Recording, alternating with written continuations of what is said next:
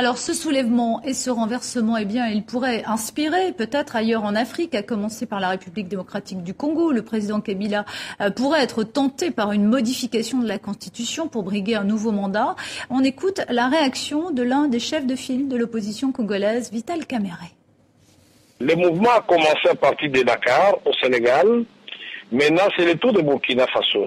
Ça va certainement se passer au Congo, ça va se passer au Burundi, au Congo-Brazzaville et partout. Donc nous pensons que le temps de respecter nos constitutions est arrivé. Même si le président Kabila ne le dit pas, et ils sont passés aux actes parce qu'ils ont déposé 4 projets de loi portant révision de certains articles de la Constitution, dont l'article 220. Le combat des forces vives, des forces politiques et sociales et du peuple congolais, c'est de dire réveillez-vous.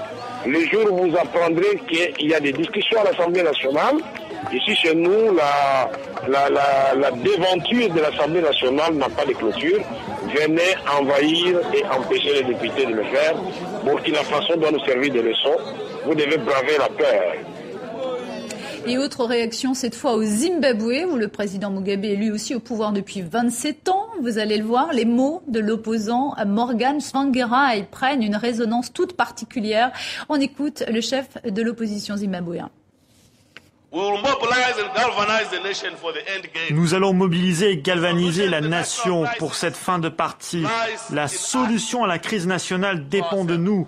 Pour nous, se rendre et se soumettre à notre destin ne va pas arranger les choses. Je me présente face à vous aujourd'hui et je demeure à votre disposition pour mener les troupes réunies en face de moi maintenant et tous les militants dans le reste de la nation.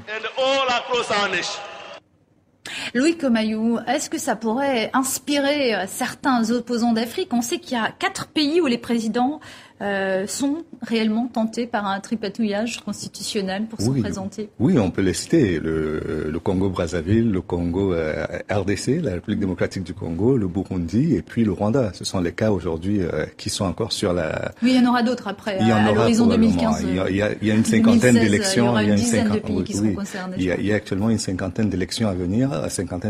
Donc, ce qui peut être dit, c'est que l'effet domino, on cherche à l'avoir tout le temps.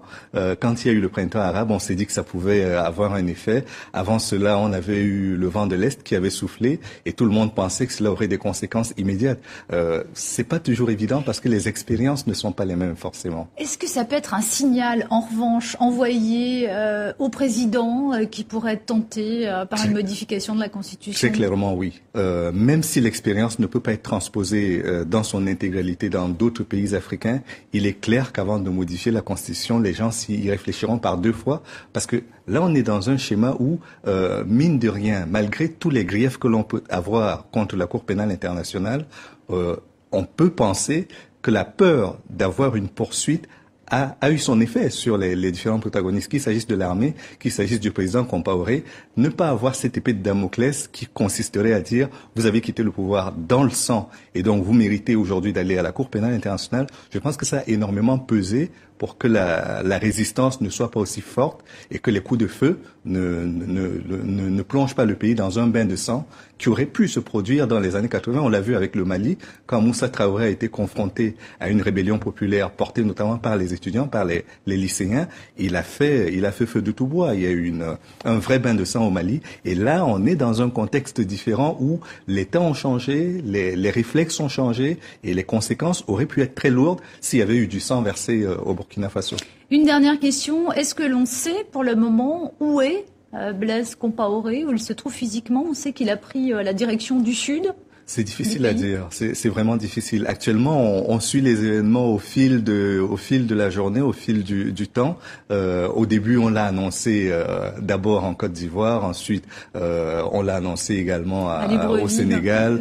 On l'a annoncé partout.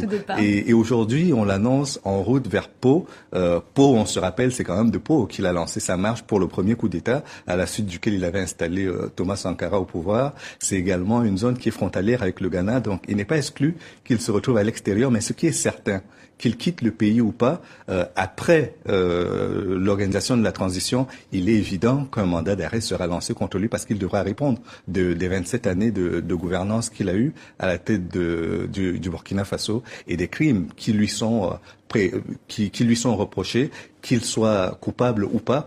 Il faudra quand même qu'il réponde devant la justice de son pays de ce qui s'est passé. Merci beaucoup, en tout cas, Louis Comayou, de nous avoir accompagnés pendant cette édition spéciale. C'était donc tout ce que l'on pouvait dire à cette heure concernant la situation au Burkina Faso. C'est la fin de cette édition spéciale. Eh bien, ce journal, vous